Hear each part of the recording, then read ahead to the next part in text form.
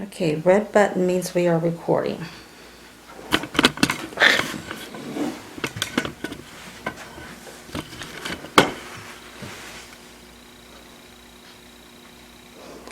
Move or say something so I know it's recording. Okay. Okay. I'll be trimming this anyway.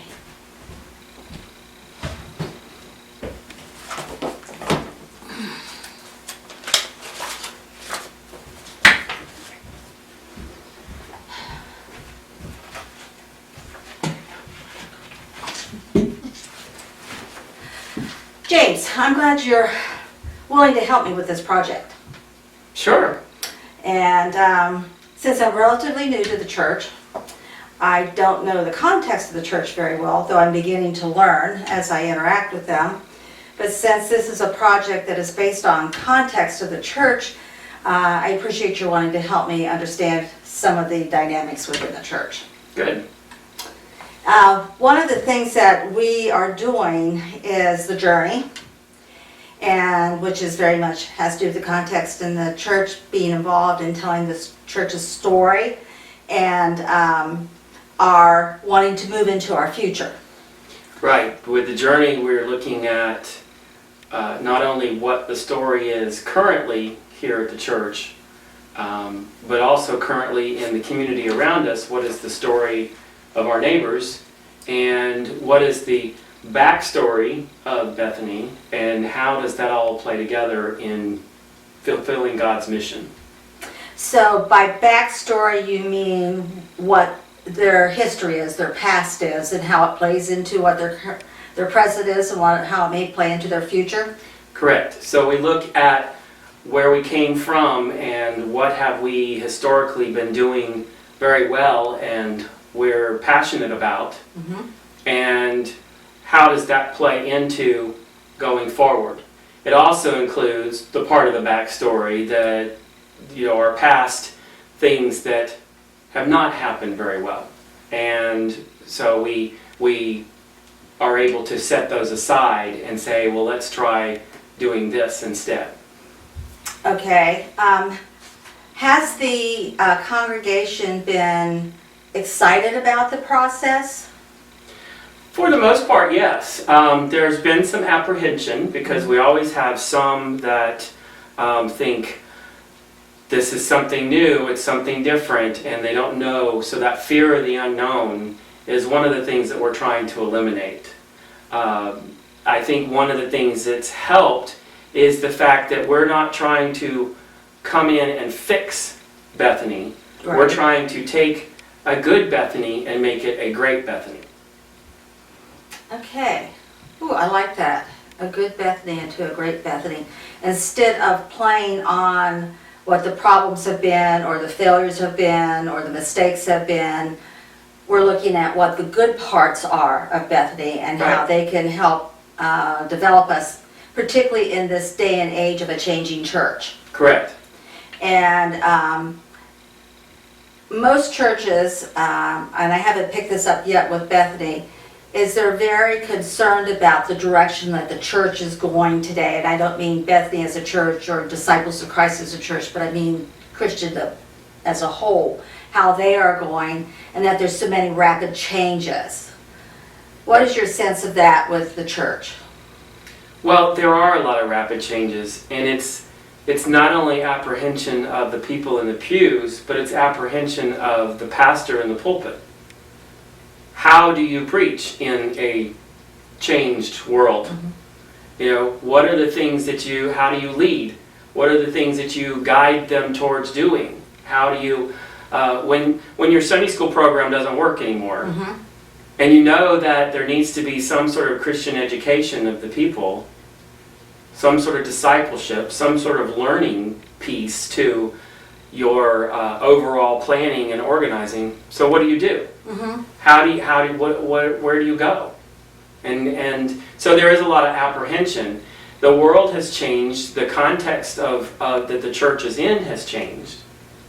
And we need to figure out how God wants us to still be church in that without hanging on to the way we've always done it. which is a phrase we hear frequently, Mhm. which we heard that a lot at my last pastorate. But I see we're in a good spot here in the sense that we are multi-generational. Yes, we are multi-generational, which helps us in one sense in that we have different views of what is needed for the church and how the church is to be. On the other side of that is that we as the leaders of the church have to keep in mind that your communication has to be in multiple different ways. Mhm. You know, I have people that want text, I have people that want an email, I have people that want a phone call, and I have people that they don't want any of that. They want it in a written form, like a newsletter or a document or a bulletin insert, something like that they can take home and read. So we have to communicate in a variety of ways to all these different people. So it's helpful to have multi-generational, but you have to keep in mind that that also entails certain things that you have to do differently than you would have in the past. So I have to learn who likes to be texted. I have to learn who likes to be emailed. I have to learn who likes a phone call. Those who prefer a written document such as a bulletin or a bulletin insert or a calendar or a newsletter Right. or a face-to-face. Correct. And if my experience is on target, 50% of the time it doesn't work anyway. And you have to follow up with them again. Right. Doesn't matter which form it is. Speaking of communication within the church with the multi-generations, which I'm not used to working with, how is communication between the generations? Sometimes it's good. Sometimes it's troublesome. And what I've picked up on has a lot to do with how they listen to each other and what they are hearing from each other. Sometimes one generation will be speaking in a certain way, they'll be referring to certain things, and the other generation is completely lost. They don't know what they're talking about. Now, would one of our regeneration, which is our young adults, would they understand what a vinyl record is? Maybe. It's possible that these 20-year-olds might still get it. And the only reason I think they might know what a vinyl is because vinyls are popular again. Are coming back. Right. But when you talk about things like a time period before cell phones, they don't understand that. They don't understand how we even lived without a cell phone. They don't understand how we lived with a cell phone that only made phone calls. I remember the days when you had a party line and you could pick up and listen to your neighbor gossip. Right. But that's another. I don't remember those, but I know, I'm over here. Communication. We seem to be also hearing about communication within the regional church and the general church. yes. And one of the things that our president and general minister has pointed out that she would like to see us go back to is our roots as a movement from the 1800s to Stone, Campbell, and Barton, and that we talk about being unified and that we're not our little individual cells here, here, and here, either in our cultural standard or our age group or the fact that we're very traditional or that we're very emergent, that as a church that we need to come together, and that there seems to be a disconnect to them when people think about unity. They think about everybody thinking the same and doing the same. And the message that we have got to try and get across is that we are all of one body, in the body of Christ. That's how we are unified, but we can still maintain our differences.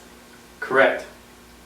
That is a with her book coming out and with the churches getting involved with looking at wholeness, looking at the unity that's there, looking at the identity statement, and how that pulls us all together, is really important, especially in this day and age. You know, the context has changed, and the assumption from the old days that, you know, we have different denominations, or we have different types of churches even within one denomination, and that can't happen. Mm-hmm. And so they would try to get everybody on the same page in an agreement. Whereas now we need to be able to have that unity with diversity. Right. Diversified in ethnicity, diversified in the theological thinking, diversified in the version of the Bible that we use, diversified in whether we use drums and guitars and amplifiers, or we only have an organ. You know, diversified in all these different ways of being church and doing church, but still unified as the people of God. So, if I'm understanding this, is that as a church, as a denomination, as a movement, totally, we have to be able to reflect the world. And the world is diverse. And in that diversity, we bring a lot to the table because we are unified through Christ. Right. Well, think about it this way. Where you have come from before you came to Bethany wasn't reflecting diversity, Right. on many different levels. Right.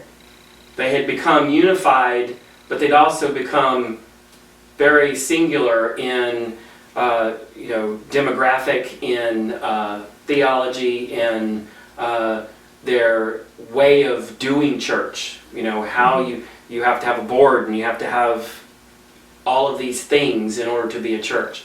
So they'd kind of narrowed down, and so that caused major difficulties in them continuing on. Mm-hmm.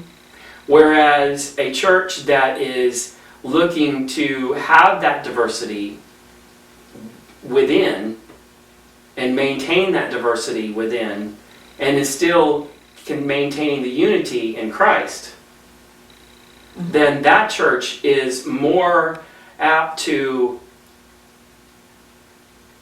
bring in people from the context that we are in, the world that we live in. People will come because they see that diversity is okay. So I might not look exactly like that person, but diversity is okay because there's other people. They don't all look alike. They don't all talk alike. They don't all dress alike. They don't all pray the same way. So I'm okay. I can come to this church. But if they look at a church that's very narrow in who they are, they aren't necessarily going to feel comfortable. So a postmodern person is going to look at that. They look for that unity that has diversity built in. When it comes to the congregation, we have a lot, and it's not just this church, but it's many churches, that we did not grow up disciple. And therefore they're not aware of who we are in our past, let alone the past of the church. And as I understand it, we are made of our past and our present in order to become our future. And that in that past and present, we have the choice of what we take with us, but it's who we are. Does our congregation, do you think they are knowledgeable of who we are as disciples? I think that the older generations are. Mhm. They have either been around the disciples long enough to have heard it and learned about where we came from and know where we are. Many of the younger ones, even though they have been around for 10, 20 years, the disciples, they may not know exactly what the disciples came from or what makes us different than Episcopalians or Methodist or Baptist. So that then becomes the job of the pastor and the leaders of the church to continue to try and find ways to introduce and educate the younger ones or newer people to the disciples, and continue to lift up who we are and where we came from and what makes us who we are. I just came back from a conference where there was a lot of younger people who are going to be our future leaders within the church. I came back very energized. But I heard from them, because some of them are not going to disciple seminaries, they're going to other types of seminaries, that they do not, if they knew what our history was, they are happy to be disciples for what Disciples offers them. And I think that's very exciting for something that we can be doing within this church, along with our mission, because I think they go hand in hand. And that's a place where I'm going to need to start learning the different groups within the church. And one of the things that I've observed, and you can let me know whether I'm on target with this, we seem to be a large group of people, but we have all these little pods in it. And sometimes these pods don't necessarily intersect or interact with one another. Right. Sometimes the pods overlap, sometimes they don't. Sometimes they communicate well with each other, and sometimes they don't. And yes, that is a part of Bethany. It's pretty much a part of most of the churches, disciple churches that I've been involved in. There have been pods within. And that can be a good thing, but it can be a bad thing if it's let to go to the extreme, and where you don't try and get them at least interacting at some point. And when they all start separating and intentionally avoiding each other, Right. then you can begin to have problems. But as long as they are within their group, but then they have some periods of overlapping and they communicate with each other, then it should be all right.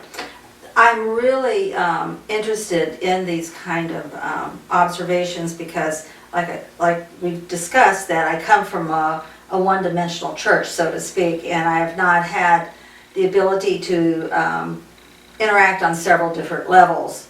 And that Bethany is more an example of what most churches are within, not even just this denomination, but mainline denominations, period. Right. We're cross-section.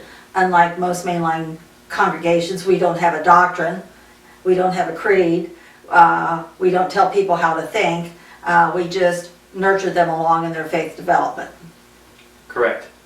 So, after reading the things on the journey and having done some research for this particular competency that I'm doing, which includes communication, that there is a huge need for being able to listen to one another deeply and to make sure what we're hearing is what we're truly hearing and not just noise in an ear.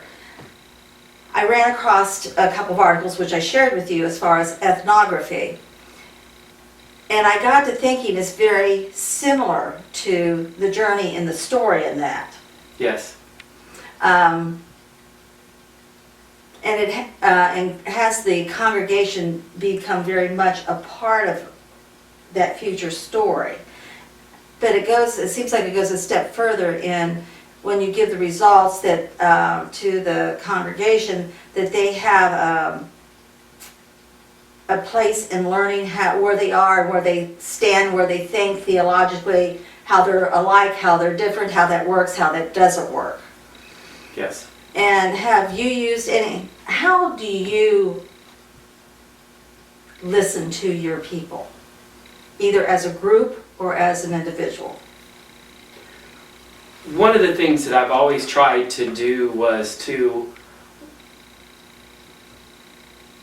focus on the questions that I ask in order to get them talking about themselves.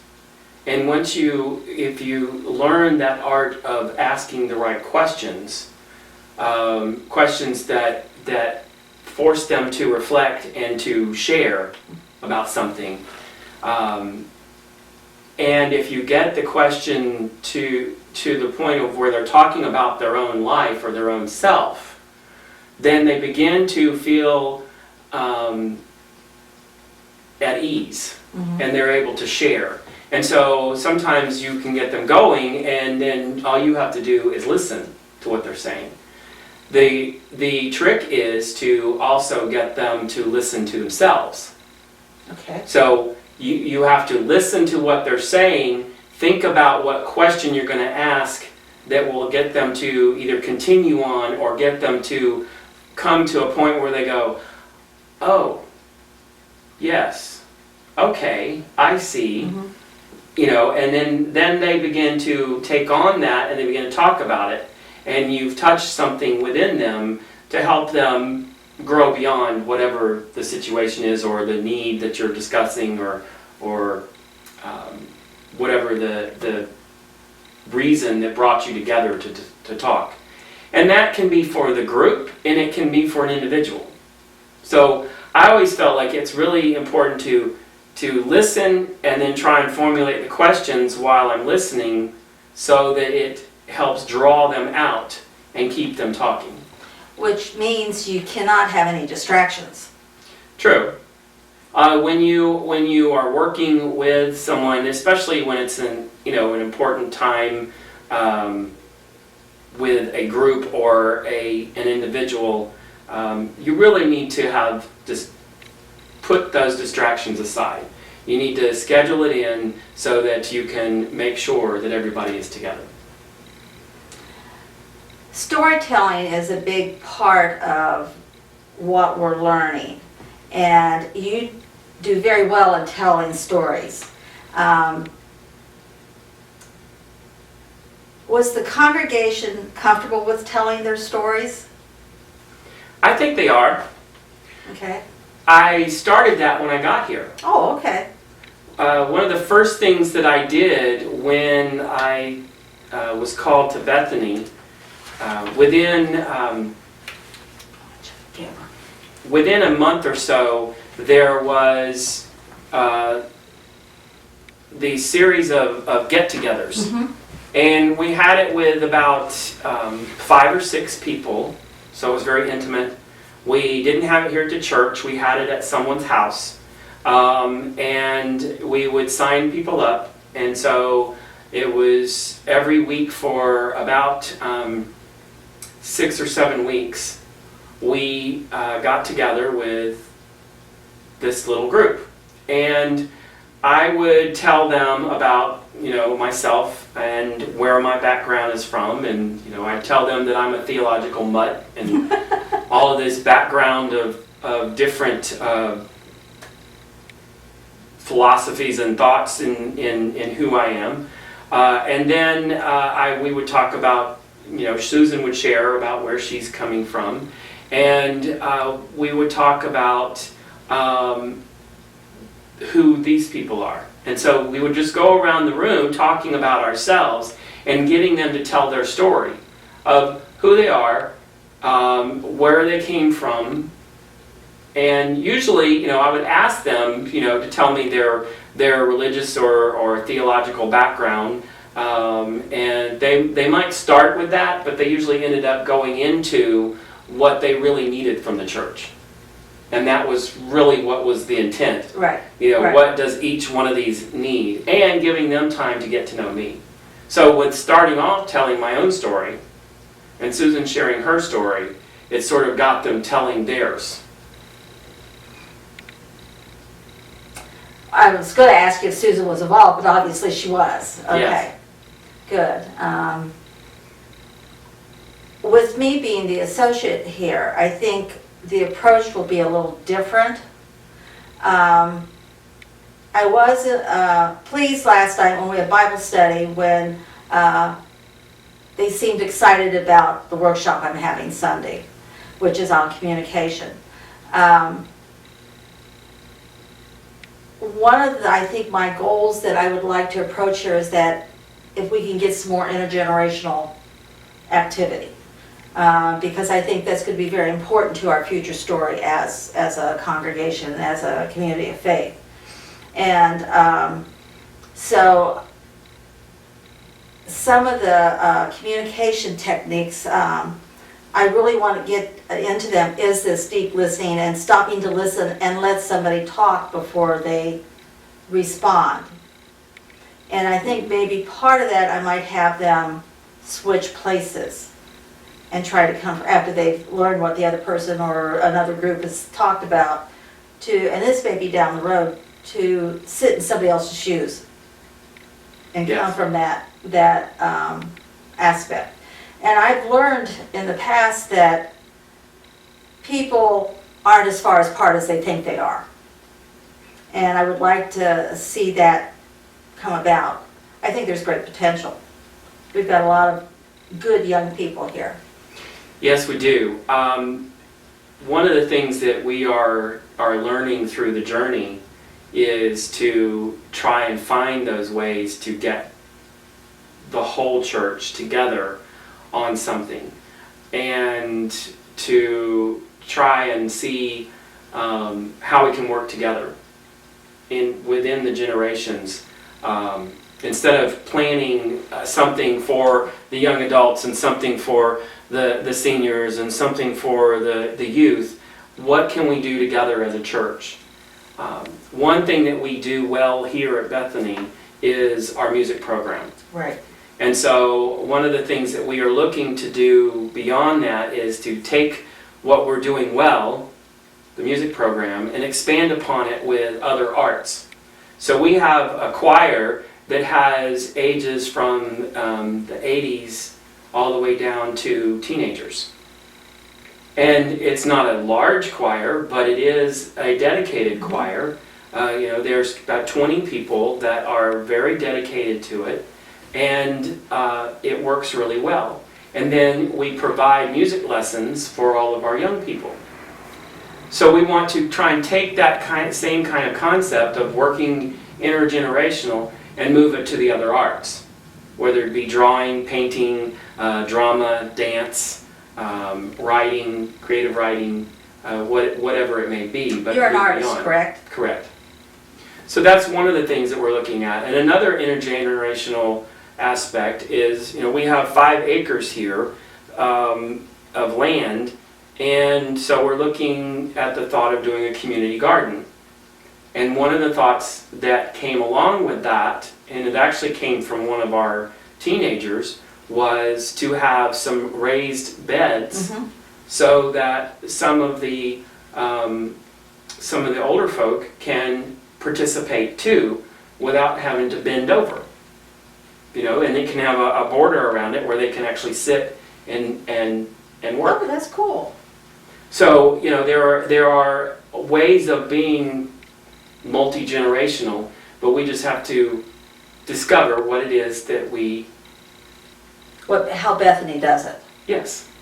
I know that, and it's not unusual from any church, where you have hit and miss who wants to be involved and those who stand on the side and go, have fun. And I know that has frustrated you. How, as a pastor, and I think you're not just alone in that situation, how do you, I don't want to say resolve it within your life, but how do you integrate it into your pastorate, knowing that it's something that may drive you nuts? It's tough. And I think that one of the reasons it's tough for me is previous church had a lot less of that. Right.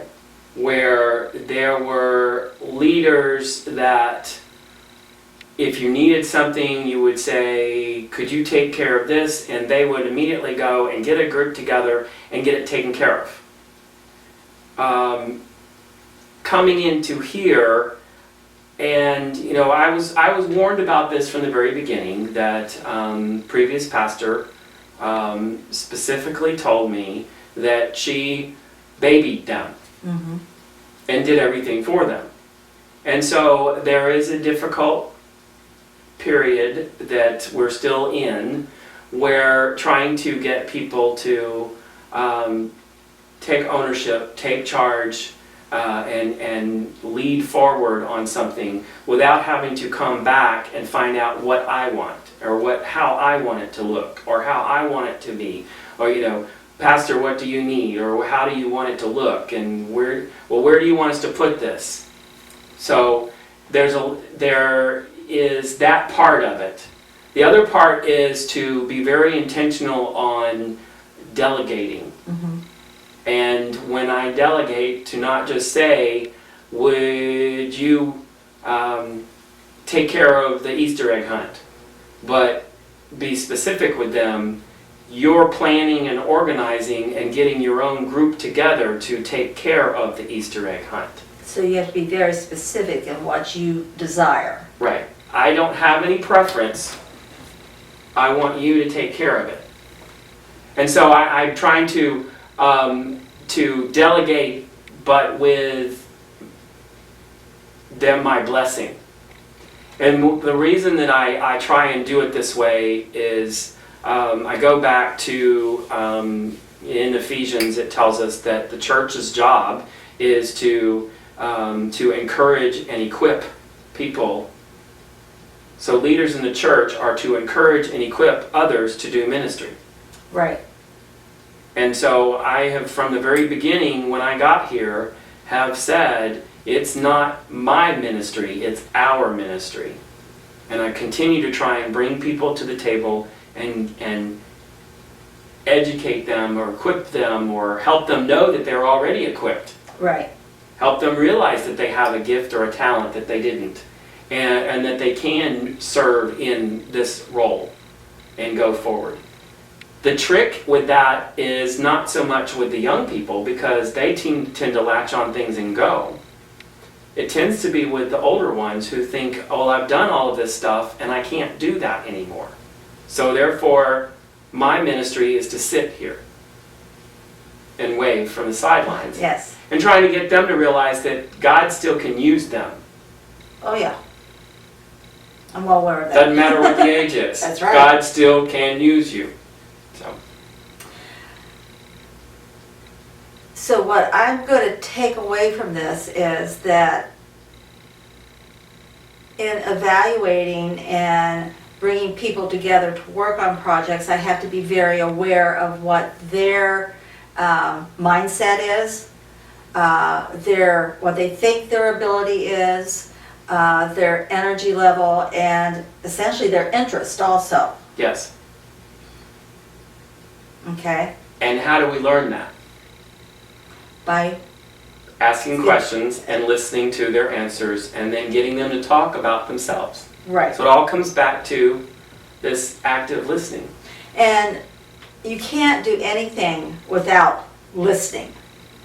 And I think that's where we've had breakdown in the church over the centuries, is that we may hear, but we may not listen, or we listen with a bias of what we think we're hearing. Right. And I think that is another big issue with interactions with people. We all can watch the same ball game, and all of us can come away with a whole different perspective of it, in the sense that I may say, they're rotten. They just didn't do all this week. And you're going, look how improved they were over last week. Perception. Yes. And You find a lot of that on Sunday mornings. in what When sense? after the sermon, after the service, I go to the back and I'm standing there greeting people as they're leaving, and people will react to the sermon and talk to me on the way out, and they will have heard something that I know I didn't say, or I don't think I said that, but that's the way that they perceived it. Right. And that's what they needed to hear that day. And they're just happy as can be because, or they feel like something nudged them, and so I must have been speaking to them, and I wasn't speaking to anybody in specific.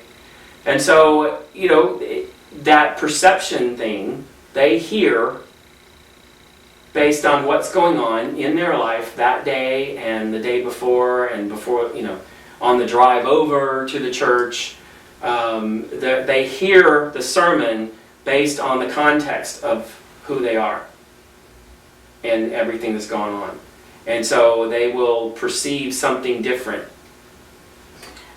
When did you find in your ministry here that they became a little bit more open into, for lack of a better word, critiquing your message? It was probably close to a year after being here. That first year is still the honeymoon. Right. And they were still, were walking not on eggshells, but walking softly, or, they didn't want to say anything bad about anything that I said or critique anything that I was doing. So after that first year, then they began to relax a little bit more. He's not going anywhere, this is going to be okay. Mm-hmm. And so then I began to get a little bit more critique back on different things. Because you or I, either one, cannot continue to function in a helpful, nurturing, spiritual education way unless we know how we are affecting them.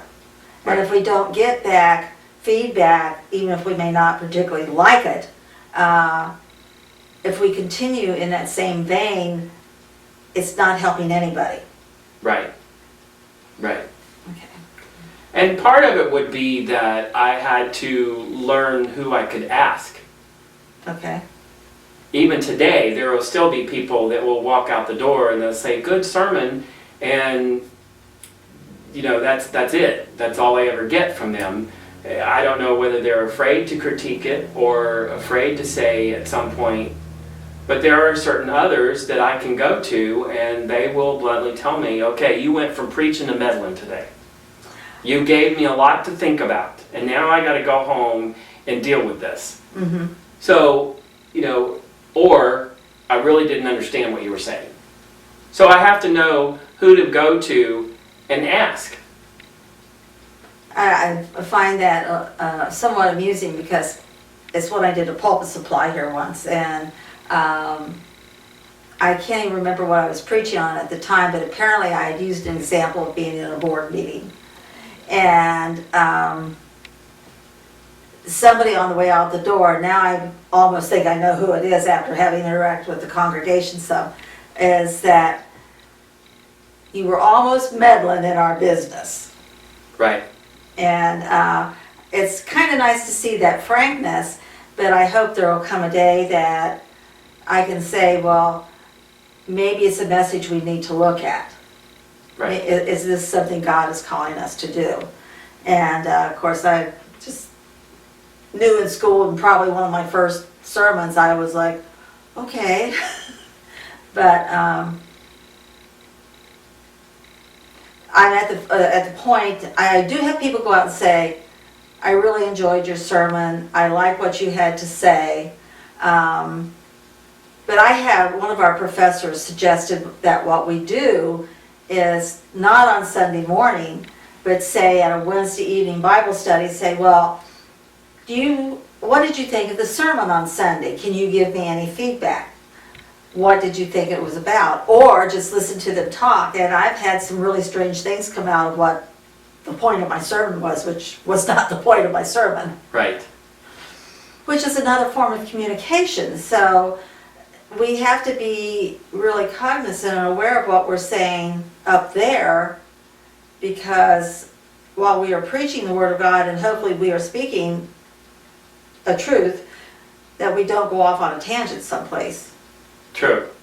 But, keeping aware of not going off on the tangent, not preaching as a reaction to something that happened at the church that week or that month, because you don't want people to think that you are pinpointing them or using them as the point of your sermon. You don't want them to feel like you're oppressing them or coming down on them or making them be seen in a different light. And I have seen that happen. Yes. I have relatives who have said, that sermon was aimed at me because blah, blah, blah, blah. And I'm going, well, maybe not, because it is a universal issue or it is a universal problem, and maybe you're just feeling sensitive about it. But do you watch the responses of the people sitting in the pew on Sunday morning? I used to. Mm-hmm. I don't anymore. And the reason that I used to, the reason I don't is because when I used to, I would see a response and then I would start trying to think, well, why are they reacting that way? And what I had to come to realize was, you don't know what is going on with that person. So if they, make a face or something, it might not be what I just said that caused the reaction. It could be any number of things. Could have had heartburn. You could have had heartburn, Yeah. Or they could have had somebody say something to them when I wasn't looking. Right. So I don't know what their thing is. The other part was that the church where I was before had about 5 or 6 retired pastors in there. And so I had to learn to not look to them to make sure that what I was saying was right, because if they made a face or turned their head or did something, again, it could be a reaction to something else going on, or heartburn or whatever, and I was taking it as, oh, I just said the wrong thing. So I had to be very careful about who I look at. I do still look to certain places, and you learn that when you learn the current congregation. You begin to learn where it's safe to look and where you don't look. And that's just a part of learning how to do that role of ministry, the preaching role. I know that, Alan sits so far back you can't hardly see him. Right. And Brad, I have a tendency not to look at him. And I tend to watch you. That's because I'm sitting up front. Yes, but I'm learning that you smile a lot, so I could be saying something totally off base. You'd still be smiling. But, so what I'm gathering here is part of what my journey is in learning the congregation is to first get to know people one-on-one, to ask them about their story, to listen intently to their story, and while I'm doing that is to be formulating questions that will bring that out, maybe take them to a deeper level. this may not all occur in one sitting. No. And that as a pastor, I too have to be aware of how I'm communicating and the responses I'm getting there. And then it's the whole story of the congregation. I have a big job. Yes. One of the things I found helpful, not only the meetings that I had at the beginning, was Susan and I started either going out to lunch after church on Sunday, or if we had a fellowship dinner, not sitting with the same people every time, trying to move around and talk at different occasions where during times of fellowship. And you may not get their whole story, but you get to know more of the people by those casual conversations than making an appointment with them and sitting down. And there's a few people that's how we became to know each other, really. Mhm. And once you do everything that you just said, then you can truly preach to this congregation. Then you know them, and you know what's going on in the life of the congregation. And so you can gear your sermon towards that. And that's something I'm used to doing, knowing what's going on in the life of congregation, and I don't know that now. And so, not that I'm preaching generically, but because we stick to the lectionary, I try to do an exegesis that I think will fit most of the congregation. Now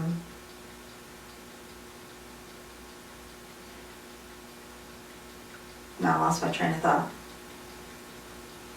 And it will probably take me a year and a half before I really get comfortable in this. How long did it take people to start trusting you, to come to you with divulging some of their life with you?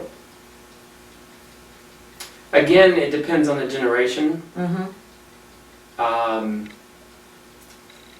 The older generation, by the authority of being the pastor, felt like it was okay pretty much from the very beginning. The younger generations, under 20s, teenagers, kids, they tend to just jump right in there telling you what's going on in their lives. It's that middle group that needs to be reassured. So some of them were right away, and some of them it was more about 6-8 months at least. Okay. Sometimes it's like having a toddler that you're trying to encourage to be independent.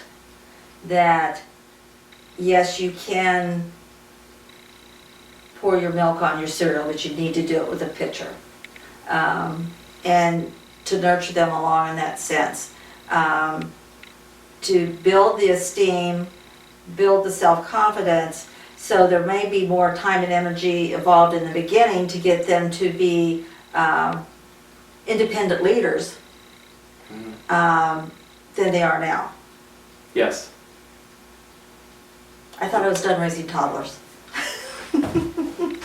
Now you got a whole church full. That's right. I felt very welcomed here, so I am grateful for that, and you've certainly been more than gracious. Encourage and equip, that's what we're supposed to do. I read that someplace. Well, James, thank you for meeting with me today, and I've got a lot to think about and a lot to take off with me, so thank you. Let's see if that... I just hope the sound... Well, it's still recording, so thank God it didn't kick